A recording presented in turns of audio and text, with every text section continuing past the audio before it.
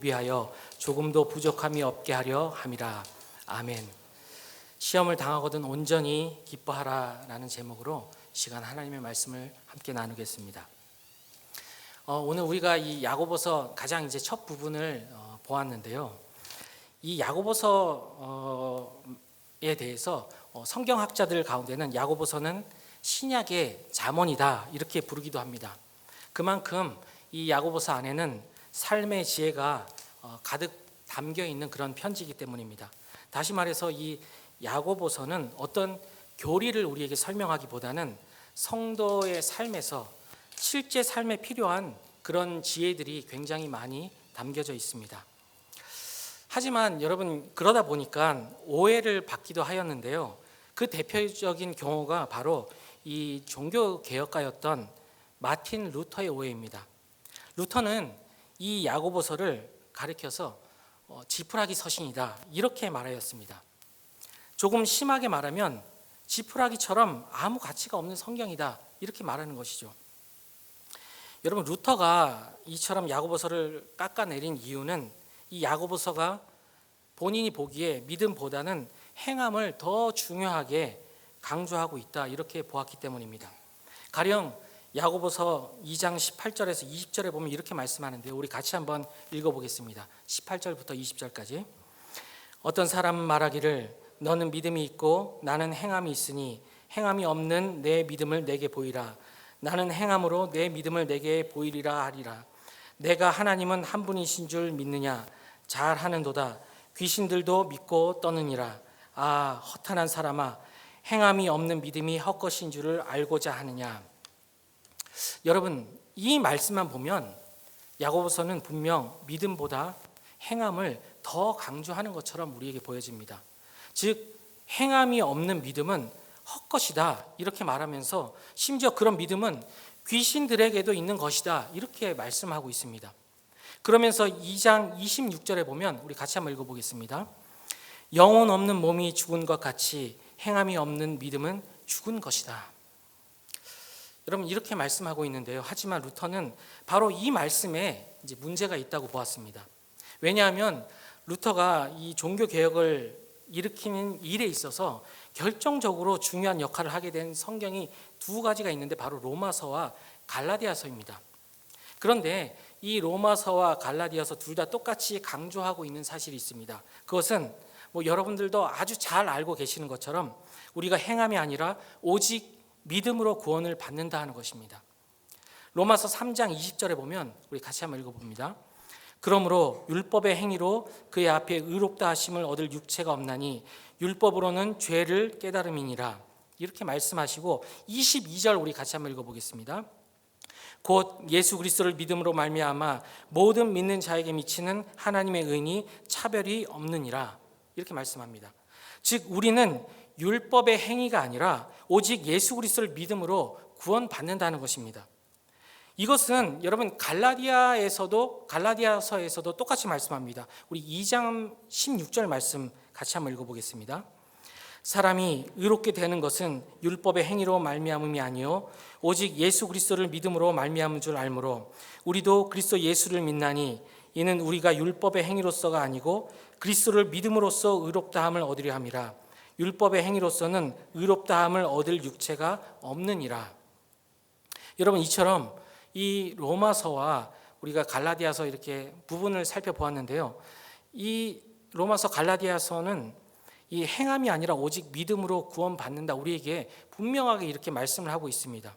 루터는 바로 이 말씀을 근거로 해서 믿음이 아닌 행함을 강조했던 이 중세 로마 카톨릭 교회를 비판하면서 잘 아시는 것처럼 95개조 반박문을 게시하게 됩니다. 왜냐하면 당시 이 로마 카톨릭 교회는 선행하고 공로를 쌓아야 구원을 받을 수 있다 이렇게 주장했기 때문입니다.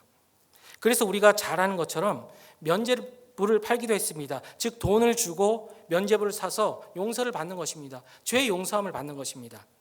그래서 이 루터는 로마서와 갈라디아서의 이 말씀을 통해서 구원은 오직 믿음으로 받는 것이고 행함은 구원받는데 소용이 없다 이렇게 주장을 합니다. 그런데 야고보서를 보니까 이 다르게 말씀하는 것입니다. 앞에서 우리가 살펴본 것처럼 행함이 없는 믿음은 죽은 것이다.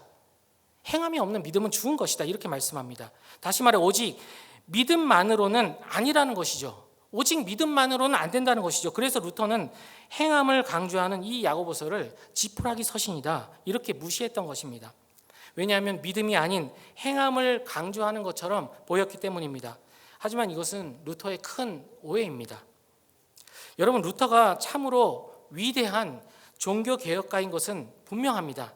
하지만 이 야고보서에 관한 말씀을 잘못 이해하고 있습니다. 야고보서는 루터가 생각하듯이 믿음보다 행함을 강조한 그런 성경이 결코 아닙니다. 야고보서는 절대 행함이 있어야 구원을 받는다라고 우리에게 가르치지도 않습니다.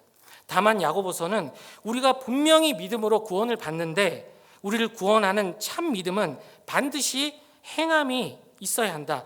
행함이라는 열매를 가진다라고 말하고 있을 뿐입니다.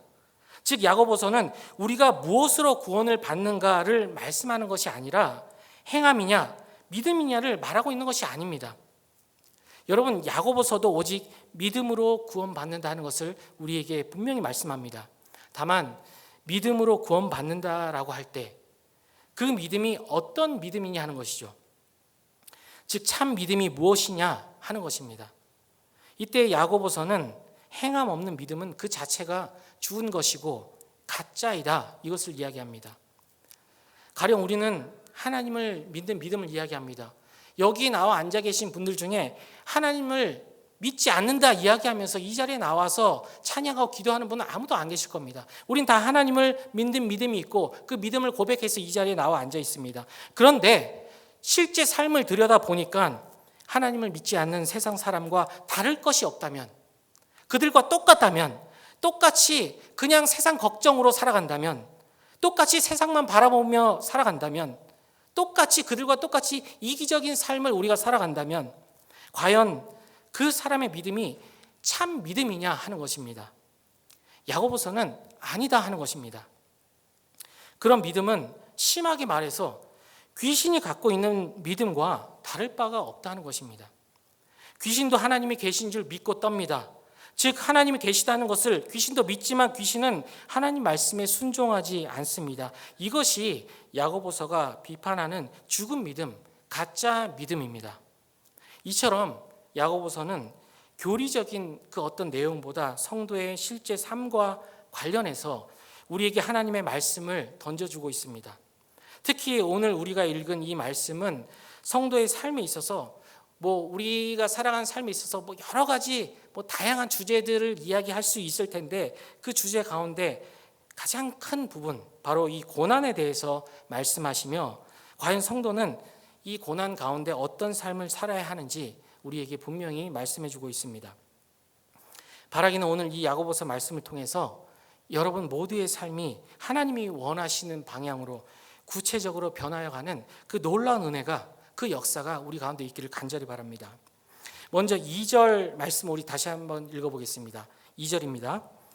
내 형제들아 너희가 여러 가지 시험을 당하거든 온전히 기쁘게 여기라. 사랑하는 여러분, 우리가 신앙생활을 하면서 가장 어려운 문제 가운데 하나가 바로 여기 있습니다. 간단히 말해서 내가 하나님을 믿는 사람인데, 하나님의 자녀인데 하나님의 성도가 왜 고난을 당하는가입니다. 여러분, 우리는 하나님께서 온 세상을 창조하시고 온 우주 만물을 다스리시는 전능하신 하나님이심을 우리는 믿습니다. 그런데 그 전능하신 하나님께서 하나님의 사랑하는 자녀라고 우리를 말씀하시지 않습니까? 그런데 하나님의 자녀된 우리가 이 땅에서 고난과 고통을 당하지 않도록 역사할 수 없을까요? 당연히 역사하실 수 있을 것입니다. 그래서 어떤 분이 전도할 때 이렇게 말씀하는 것을 여러분 들어본 적이 있을 겁니다. 예수 믿으세요. 그러면 모든 걱정, 근심 다 사라집니다. 아픈 몸도 다 낫고 자녀들 모두 잘 되고 행복한 삶만 살 수 있습니다. 여러분, 물론 틀린 말은 아닙니다. 틀린 말은 아닌데요. 여러분, 그런데 이 말과 비슷한 말 어디서 들어보지 않으셨습니까? 시장에서 사람들을 모아놓고 이 약 한 번만 먹어보세요. 그러면 모든 병 낫습니다. 바로 만병통치약을 파는 장사꾼의 말과 다른 것이 없습니다. 정말 약 하나로 모든 질병이 다 나을 수 있을까요? 어림없습니다. 여러분, 그렇다면 하나님을 믿는 것이 어떻습니까? 하나님만 믿으면 만사형통합니까? 우리에게 아무 문제가 없습니까? 정말 그렇습니까? 사실 여기 앉아 계시는 분들은 그렇지 않다 하는 것을 분명히 알고 계십니다. 예수님을 믿어도 우리가 이 불완전한 이 세상에 있는 동안 우리도 똑같이 고난받고 똑같이 어렵습니다. 예수님 믿는다고 해서 고난에서 하나님의 자녀가 예외되는 법은 없습니다. 물론 어떤 분들은 하나님께서는 모든 고난을 다 해결해 주시는데 우리의 믿음이 부족해서 고난 당하는 것이다, 이렇게 말씀하기도 합니다. 하지만 만약 믿음과 이 고난을 당하는 것이 정비례하는 것이라면 우리는 과연 사도 바울을 우리 어떻게 이해해야 할까요? 사랑의 원자탄이라 불리는 이 손영은 목사님, 그런 분들을 우리는 어떻게 이해해야 할까요? 여러분, 이분들의 믿음은 우리가 감히 상상할 수 없는 대단한 믿음의 소유자 아닙니까? 참 우리가 따라가기도 버거운 그런 믿음을 가지고 계신 분입니다. 하지만 이분들은 다 예수님 너무 잘 믿어서 결국은 순교했습니다. 믿음이 없어서 고난을 받은 것이 아니라 믿음이 너무 좋아서 고난받고 순교했습니다. 우리는 이분들을 어떻게 바라봐야 할까요? 그러므로 여러분에게 고난이 찾아올 때 내 믿음이 부족해서 그렇다, 이런 생각 버리시기 바랍니다. 믿음이 좋아도 우리에게 고난은 찾아옵니다. 우리가 주님 앞에 가는 그날까지 우리 가운데도 어려움은 똑같이 있습니다. 그렇다면 하나님은 왜 우리가 고난을 당하도록 그대로 두시는 걸까요? 분명 막아주실 수 있는데, 그런 능력이 있으신 전능하신 하나님인데 왜 그렇게 하시는 것일까요? 그 이유는 바로 고난이 우리에게 유익하기 때문입니다. 사실 이 말씀을 우리가 쉽게 받아들이기 힘듭니다. 고난이 우리에게 유익이다. 정말 여러분, 뼈저린 정말 저 밑바닥 끝까지 떨어진 그 고난과 어려움 가운데 나에게 유익이 있어, 이렇게 이야기하기는 쉽지 않습니다. 우리의 상식으로 또 우리 이해로 쉽게 받아들여지지 않지만 그래도 성경은 분명하게 우리에게 말씀합니다. 하나님께서는 우리를 위해 고난을 주신다는 것입니다. 그래서 오늘 말씀에 보면 우리가 시험과 고난을 당할 때 그것을 두려워하거나 염려하지 말고 오히려 온전히 기뻐하라, 이렇게 말씀합니다. 여러분, 어떻게 그럴 수 있을까요? 바로 그 고난이 내게 유익이 될 것을 우리가 믿는다면 우리는 기뻐할 수 있습니다. 그렇다면 중요한 것은 하나님께서 고난을 통해 우리에게 주시는 유익이 무엇인가, 우리가 이걸 살펴볼 필요가 있습니다. 우리 3절 말씀 같이 한번 읽어보겠습니다. 이는 너희 믿음의 시련이 인내를 만들어내는 줄 너희가 알미라. 다시 말해서 우리가 고난을 통해서 무엇보다 인내를 가지게 된다 하는 것입니다. 야고보서는 바로 이것이 고난을 통해 하나님이 우리에게 주시는 유익이다라고 말씀합니다. 그런데 우린 여기서 이 인내라는 말을 잘 이해해야 합니다. 여기서 말하는 인내는 단순히 그냥 오래 참는 것, 이것을 말하는 것이 아니라 무엇보다도 우리가 하나님을 의지하는 믿음과 관련해서 지금 이야기하고 있습니다. 다시 말하면 여기서의 인내란 어떤 상황과 환경과 형편 속에서도 전능하신 하나님께 나아가 그 하나님께서 나와 함께 하시며 나를 인도하시며 이 모든 것을 통해 내게 유익 주실 것을 믿음으로 참고 기다리는 것, 이 인내를 이야기합니다. 단순히 그냥 아무 생각 없이 참고 기다리는 것이 아니라 하나님을 바라보며 믿음으로 참고 기다리는 그 인내를 이야기합니다. 그래서 3절을 보면 시련을 무슨 시련이라고 우리에게 이야기합니까? 바로 믿음의 시련, 이렇게 말씀하고 있습니다. 믿음을 만들어내고 믿음을 강화시키는, 더욱 우리의 믿음이 강하게 하는 그런 시련이다 말하는 것입니다. 즉 우리는 고난을 통해 하나님을 향한 믿음을 더욱 강하게 가지게 되는데 이것이 바로 인내입니다. 다시 말하면 인내는 하나님을 믿음으로 어떤 상황 속에서도 참고 기다리는 것입니다. 그냥 기다리는 것이 아닙니다. 나와 함께 하시는 그 전능하신 하나님을 믿음으로 바라보며 붙잡고 기다리는 것입니다. 그런데 이 인내는 오직 시험을 통해서만이 우리에게 주어지기 때문에 야고보서는 지금 우리에게 여러 가지 시험을 당할 때 온전히 기뻐하라 이렇게 말씀하고 있는 것입니다. 여러분, 시험에는 두 종류가 있습니다. 아마 한 번쯤은 들어보셨을 것인데요. 하나는 이 실력을 알아보기 위한 그런 시험이 있습니다. 우리는 이것을 테스트라고 이야기합니다. 여러분, 쉽게 생각해서 학생들이 학교에서 보는 이 시험을 생각하시면 됩니다. 왜 학교에서 시험을 볼까요? 우리 지금 청소년부 친구들은 시험 얘기만 들어도 막 치가 떨릴 수도 있지만 왜 시험을 볼까요? 학교에서 우리 아이들 막 잡으려고 시험을 보나요? 어떻게 해서든지 쟤네 한번 잡아 족치려고 시험을 보나요? 아닙니다. 아이들의 실력을 알아보고 부족한 것을 깨닫게 해서 채워주려고 시험을 보는 것입니다. 저희 고등학생 큰 아이가 이제 다니고 있는 학원이 있는데 그 학원에서는 중간고사 보기 한 열흘 전, 기말고사 보기 한 열흘 전에 미리 보는 중간고사, 미리 보는 기말고사라 해서 시험을 봅니다. 왜 시험을 보나요? 그렇게 해서 얘는 이 부분이 부족하구나, 이 부분이 조금 더 공부를 해야 되겠구나, 이것을 파악해서 그 남아있는 열흘 동안, 물론 그 열흘 노력한다고 해서 그렇게 달라지는 것 같지는 않지만 아무튼 그 열흘 동안 조금이라도 더 그 부족한 부분을 채우기 위해서 시험을 봅니다. 여러분, 이것은 분명 시험이지만 그 아이에게 유익한 시험입니다. 그렇지 않습니까?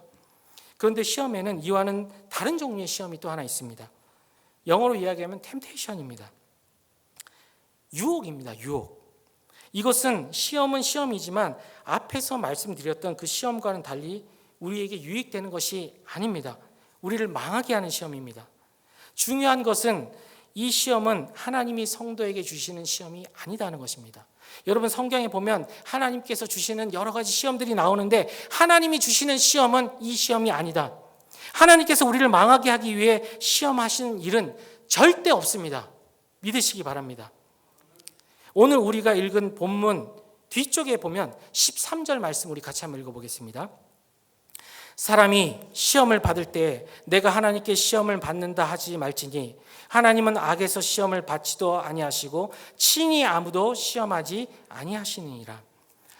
여러분, 여기서 하나님이 친히 아무도 시험하지 않는다 말씀하실 때 이 시험은 아까 서두에 이야기했던 테스트가 아니라 템테이션, 유혹입니다. 즉 망하게 하는 시험을 말하는 것입니다. 다시 말해 하나님은 결코 성도를 망하게 하기 위해 시험하는 법이 없으십니다. 여러분, 꼭 기억하십시오. 하나님이 우리에게 주시는 시험은 오직 테스트입니다. 우리의 유익을 위해 주시는 시험입니다. 그런데 그 유익이 어떤 유익이냐? 바로 우리의 믿음을 더욱 강하게 시키는 그런 시험이라는 것입니다. 그래서 우리가 어떤 상황과 형편 상황 속에서도 인내할 수 있도록 우리를 만드십니다. 즉 어떤 상황과 형편 속에서도 하나님만을 의지하고 바라보며 참고 기다리도록 한다는 것입니다. 여러분, 우리가 성경을 보면 성경에 나오는 이 하나님이 주신 여러 가지 시험들을 우리가 찾아볼 수 있지 않습니까? 그 중에 가장 큰 시험이 있다면 저는 아마도 이 아브라함에게 주신 시험이 아닐까 생각해 봅니다. 아마 자녀를 두신 부모님은 한 번쯤 이 부분에 대해서 깊이 생각해 보신다면 이 시험을 우리가 감당할 수 있는 시험일까 하는 생각이 듭니다. 하나님께서 어느 날 아브라함에게 나타나 독자 이삭을 번제로 바치라 이렇게 명령하십니다. 여러분, 이삭이 누구인가요? 그토록 기다리다가 아브라함이 100세 때 낳은 둘도 없이 귀한 그런 아들입니다. 게다가 사라를 통해 낳은 유일한 아들입니다. 물론 이스마엘을 통해 낳은 아들도 있지만 사라를 통해 낳은 유일한 아들입니다. 그런데 그런 이삭을 번제로 바치라 하나님께서 명령하시죠. 단순히 하나님께서 인간 제사를 지금 명령하셨다, 그때 당시 이방인들이 하던 인신 제사 이걸 하나님께서 명령하셨다, 이것을 이야기하는 것이 아니라 하나님께서 그런 명령을 하셨다 하는 것은 둘째치고라도 정말 이해하기 어렵고 순종하기 어려운 그런 시험입니다. 하지만 아브라함이 어떻게 합니까? 다음날 새벽에 일어나 이삭을 데리고 하나님이 지시한 모리아 산으로 갑니다. 여러분, 저는 이 아브라함이 이삭을 데리고 모리아 산으로 가는 동안 어떤 생각이 들었을까요? 바로 출발해야지 하고 한 10분 만에 도착하는 산이 아닙니다. 굉장히 긴 시간 이삭을 데리고 걸어갑니다. 걸어가면서 온갖 생각이 다 들었을 겁니다. 그러면서 묵묵히 하나님 말씀대로 그 산으로 걸어갑니다. 그리고 아브라함은 실제로 이삭을 제물로 바치려고 그를 묶고 칼로 내려치려 합니다. 하지만 이때 하나님의 천사가 나타나 아브라함에게 말씀하십니다. 그리고 우리 창세기 22장 12절 말씀 같이 한번 읽어보겠습니다. 사자가 이르되 그 아이에게 손을 대지 말라. 그에게 아무 일도 하지 말라. 내가 내 아들 내 독자까지도 내게 아끼지 아니하였으니 내가 이제야 내가 하나님을 경외하는 줄을 아노라. 아멘. 여러분, 하나님은 지금 이삭을 바치는 이 아브라함을 보시고 내가 하나님 경외하는 줄 알았다 이렇게 말씀하고 계시는데요. 그런데 이것은 하나님이 이전에는 아브라함이 어떤지 몰랐는데 지금 이제 아브라함이 행동하는 것을 보니 이제야 너 믿음 있구나 알게 되었다 하는 그런 뜻이 아닙니다. 하나님은 이미 아브라함의 믿음을 알고 계셨습니다. 다만 그 믿음이 실제적으로 나타나도록 하나님은 아브라함의 그 믿음을 보셨고 알고 계셨지만 실제적으로 그 믿음이 나타나도록 하여서 아브라함이 진짜 믿음의 사랑인 것을 분명히 나타내기를 바라셨던 것입니다. 바로 이를 위해 하나님이 아브라함에게 시험을 주신 것입니다. 그리고 이 시험을 통해서 아브라함은 자신 안에 어떤 상황 속에서도 하나님만을 믿는 그 믿음이 있다는 것을 다시 한번 확인할 수 있게 되었습니다. 여러분, 이삭은 하나님이 주신 약속의 자녀입니다. 무엇보다도 하나님은 이 이삭을 통해서 큰 민족을 이룰 것이다 아브라함에게 분명히 약속해 주셨습니다. 그런데 만약 이삭이 죽으면 어떻게 됩니까? 여러분, 하나님이 분명히 약속을 해 주셨는데 그 약속의 증인인 이삭이 죽으면 하나님의 약속에 취소가 됩니다. 그런데 하나님의 약속이 취소될 수 있을까요? 절대 없습니다. 아브라함이 믿었던 것이 바로 이것입니다. 하나님은 분명 약속을 지키신다. 하나님은 바로 이 아브라함은 바로 이 믿음을 가지고 이삭을 바칠 수 있었던 것입니다. 그리고 결국 이 시험을 통해서 아브라함의 믿음이 확증되었습니다. 이것이 하나님께서 아브라함을 시험하신 목적입니다. 이처럼 성도에게 주어지는 시험과 고난은 우리의 믿음을 더욱 강하게 만듭니다. 그래서 어떤 상황과 환경 속에서도 하나님만을 바라보게 하고 의지하도록 만듭니다. 즉 우리가 인내를 가지게 하는 것입니다. 하나님만을 바라보며 기다릴 수 있는 인내를 가지게 하는 것입니다. 그런데 이러한 인내는 고난과 시험이 아니고서는 만들어지지 않기 때문에 하나님께서 우리에게 고난을 주신 것입니다. 그러므로 우리에게 고난과 시험이 찾아올 때 우리가 어떻게 해야 할까요? 먼저는 기뻐하시기 바랍니다. 참 쉽지 않습니다. 이런 말씀을 전하는 저도 참 쉽지 않습니다. 하지만 우리 다 같이 이제는 나에게 하나님께서 고난을 주실 때 기뻐할 수 있길 바랍니다. 하나님께서 이 고난을 통해 나에게 주실 유익이 있음을 믿고 기뻐하는 것입니다. 그냥 기뻐하는 게 아니라 그 하나님께서 나를 붙드시고 계시는 전능하신 하나님께서 나에게 베푸실 은혜를 기억하며 그 하나님을 바라보며 믿고 기뻐하는 것입니다. 그리고 이 고난보다는 고난을 통해 하나님 주시는 유익에 더 집중하는 은혜가 우리 가운데 좀 있었으면 좋겠습니다. 여러분, 우리가 고난을 당하면 우리는 언제나 이 고난이 빨리 지나가기만을 바라며 기도합니다. 그건 저도 마찬가지입니다. 저에게 어려움이 닥쳐올 때, 어려움이 힘든 일이 있을 때 하나님 빨리 이 어려움 지나가게 해주세요. 그런 기도 굉장히 많이 했습니다. 여러분들도 그 기도 하실 겁니다. 그 기도가 잘못된 기도라고 말씀드리는 건 아닙니다. 그런 기도 우리가 분명히 해야 합니다. 하지만 우리는 빨리 지나가기만을 바라는 기도만 하고 있다는 것입니다. 하지만 모든 고난에는 분명한 하나님의 뜻이 있습니다. 당장에는 이해가 되지 않지만 분명히 우리에게 주실 유익이 있기 때문에 하나님께서 그 고난을 허락하신 것입니다. 그러므로 단순히 고난에서 빨리 빠져나가는 것이 중요한 것이 아니라 여러분, 정말 중요한 것은 그 고난을 통해 하나님이 주시는 유익을 얻는 것, 그것이 더 중요합니다. 영국의 유명한 이 영문학자이고 신학자인 C.S. 루이스라고 하는 사람이 있습니다. 그 사람이 고난에 관한 이 그의 책에서 고난은 하나님의 확성기다라는 말을 했습니다. 편할 때는 도저히 들을 수 없었는데, 편할 때는 그 어떤 소리도 들리지 않았던 그 하나님의 말씀을 고난을 통해 크게 듣게 된다 하는 뜻입니다. 사랑하는 여러분, 저는 다 알지 못합니다. 여기 옆에 앉아 계시는 분도 잘 모를 수도 있습니다. 하지만 누구도 알지 못하는, 혹시 남모를 고난 가운데 계시는 분이 있지는 않으십니까? 그렇다면 이제 귀를 활짝 여시기 바랍니다. 그리고 이 고난을 통해 하나님이 주시는 말씀을 들을 수 있는 은혜가 여러분 모두에게 있기를 간절히 바랍니다. 고난은 너무 힘들고 없었으면 좋겠습니다. 정말 저도 그렇습니다. 하지만 그럼에도 불구하고 만약 우리가 고난을 통과하면서 우리를 향한 하나님의 말씀을 들을 수만 있다면, 우리를 향한 그 하나님의 뜻을 발견할 수만 있다면, 여러분 그 고난은 분명 우리에게 가장 복된 일이 될 것입니다. 말씀을 좀 정리하겠습니다. 사랑하는 여러분, 믿음이 무엇인가요? 믿음은 단순히 예수님이 누구시고 우리를 위해 무엇을 하셨는가를 알고 믿는 것만을 뜻하는 것이 아닙니다. 그것도 중요하지만 믿음은 어떤 상황 속에서도 하나님을 붙잡는, 그것이 믿음입니다. 모든 것이 절망적인 상황 속에서도 하나님의 선하신 뜻이 결국 이루어질 것을 확신하는 것입니다. 그것이 믿음입니다.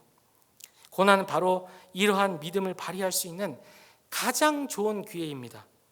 그래서 하나님은 너무나 사랑하는 자녀인 우리에게 고난을 주셔서 우리의 믿음을 더욱 강하게 만드시는 것입니다. 그러므로 나에게 참으로 힘든 고난이 있다 할지라도 오히려 그 고난을 기뻐하는 우리가 될 수 있기를 바랍니다. 무엇보다 고난 중에 주시는 그 하나님의 말씀에 더욱 귀 기울일 수 있기를 바랍니다.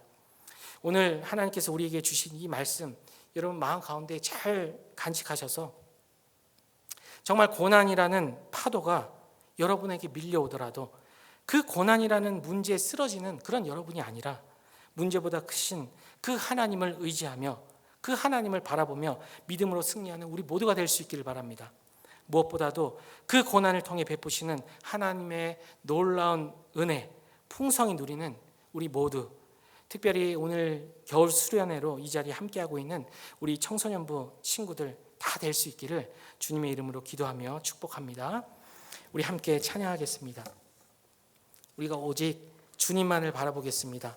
모든 상황 속에 주님만을 바라보는 우리가 되길 원합니다. 이런 믿음의 고백으로